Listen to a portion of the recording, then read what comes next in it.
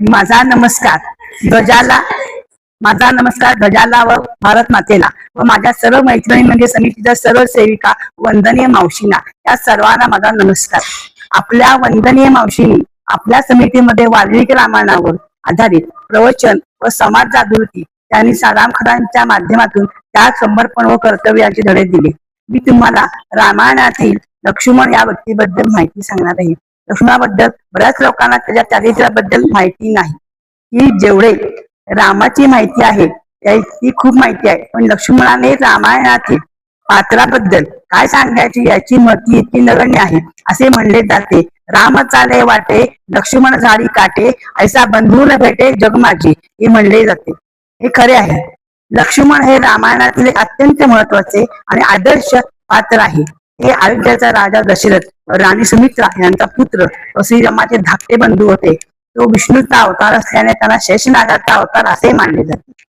लक्ष्मण हे भातृप्रेमाचे प्रतीक असून त्यांनी 14 वर्ष वनवासात राहून राम सीतेची सेवा केली. त्यावरून त्यांच्याकडे धैर्याचे, सेवेचे आणि एकनिष्ठेचे प्रतीक मानले जाते. लक्ष्मणाच्या पत्नीचे नाव उर्मिला, मुलांची नावे अंगद, चंद्रकेतू, धर्मकेतू. लक्ष्मण हे रामाचे बंधू होते, पण ते रामाला पिता आणि गुरु मानत. ज्यावेळी दशरथ राजाची आवडती राणी कैकेयीला भरताला राज्य मिळावे यासाठी तिने दशरथ राजाकडे 2 वर मागितले. एक श्रीराम 14 वर्ष वनवास, भरताला राज्य असे सांगितले. ही गोष्ट त्यांनी मान्य केली. ही गोष्ट ज्यावेळेस रामाला कळली तेव्हा ते अवघे फक्त 25 वर्षाचे होते, पण त्यांच्या मनाचा मोठेपणा व कर्तव्यदक्ष हे गुण त्यांच्या अंगी दिसून येतात.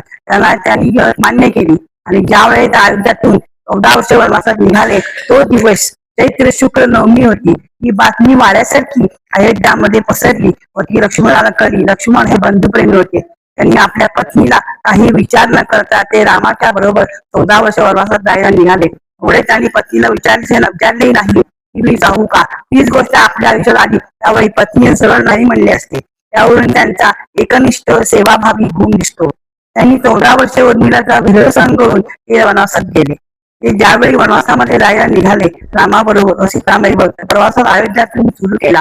तो प्रयागराज, चित्रकूट, दंडकारण्य, नाशिक, पंचवटी, पंपा सरोवर व रामेश्वर या ठिकाणी झाला.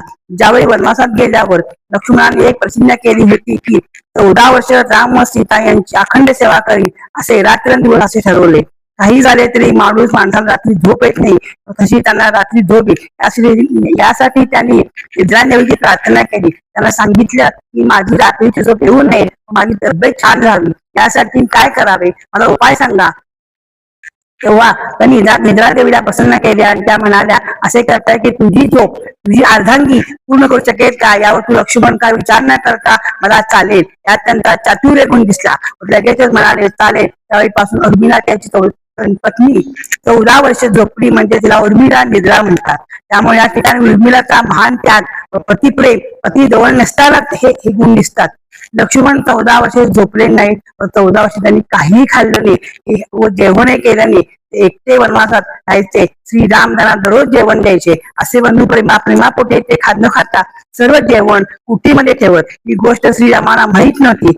एक दिवस अगस्ती ऋषी रामाकडे आले होते. त्यावेळी त्यांनी लक्ष्मणाला एक प्रश्न केला, तुम्ही 14 वर्ष वनवासात झोपले नाही, 14 वर्ष जेवण केलं नाही. तेव्हा रामाने अगस्ती ऋषींना ही गोष्ट माहीत होती म्हणून त्यांनी लक्ष्मणाला विचारले की तुम्ही त्यांना विचारा, लक्ष्मणा तू 14 वर्ष वनवासामध्ये झोपला नाहीस, 14 वर्ष जेवण केले नाहीस. त्यावेळी चतुर लक्ष्मणाने सांगितले की तुम्ही मला दररोज जेवण देत होता, पण हे खा असे कधीही सांगितले नाही, कारण तुमची आज्ञा नव्हती.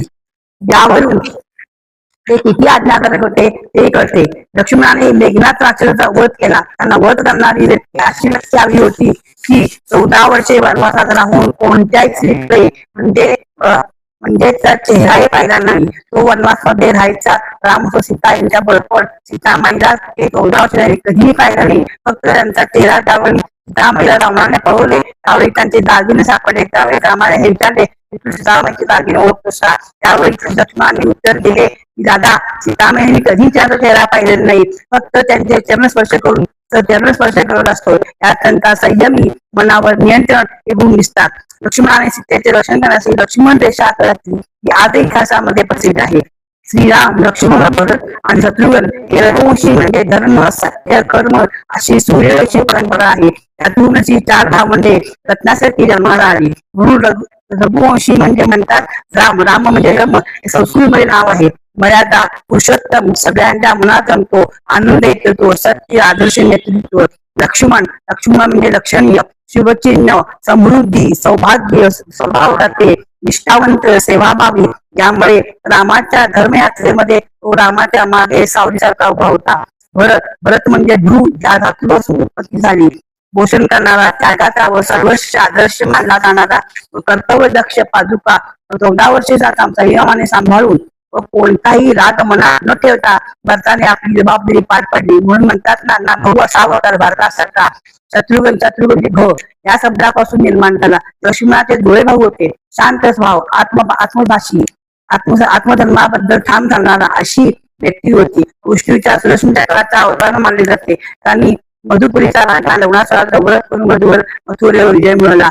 अशी ही चार भावंडे होती. अशी आता न होणे म्हणजे कधी या भावंडाची उदाहरणे सगळ्या लक्षात ठेवावी. राज्याभिषेक झाला, अयोध्यामध्ये झाला, त्यावेळी रामाने लक्ष्मणाला आज्ञा केली. तो शरीर नदीमध्ये त्यांनी ध्येय त्याग केला. याबद्दल आणि सर्व माहिती तुम्ही शांतपणे ऐकून घेतली. तर धन्यवाद. जय श्रीराम, जय महाराष्ट्र, जय भारत, धन्यवाद.